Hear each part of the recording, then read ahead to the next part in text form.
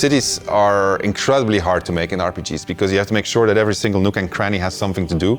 You have to make sure that it's different, so you have to be incredibly creative. Given that the name of the game is Baldur's Gate, the city was really going to be the thing that people were going to be talking about. The city of Baldur's Gate is seamless, which it originally wasn't. You only can judge the game when you have all the components together, and if the mix doesn't work, we start over.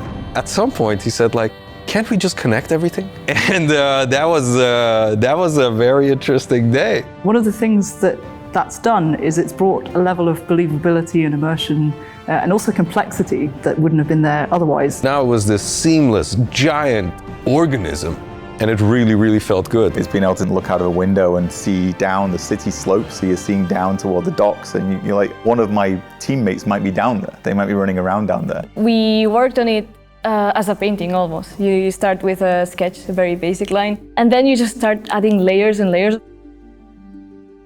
We can put lots more of the city onto the screen than they could in 1998. So we can do something that is more immersive, richer, has more texture to it. It feels like you are walking around a place where there are lots and lots of people living their actual lives.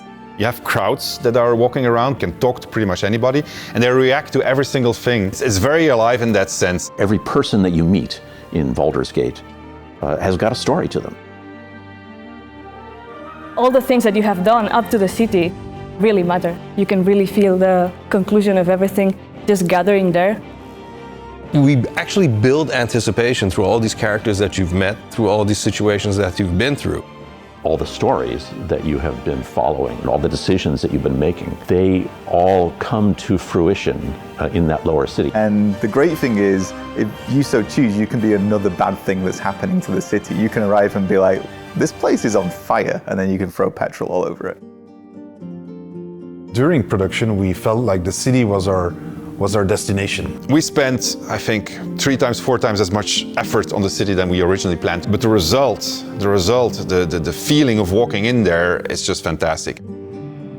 You have this constant jostling of things that are very much of the real world, and then you can indulge in the completely fantastical. And then when you walk into the city, the noise of everybody talking to each other, the knowledge that everywhere you look, you can go there and you can do something, the knowledge that you can fly through it, it's great. So the thing that I was the most afraid of when we started making this game turned out to be the thing that I'm the most proud of.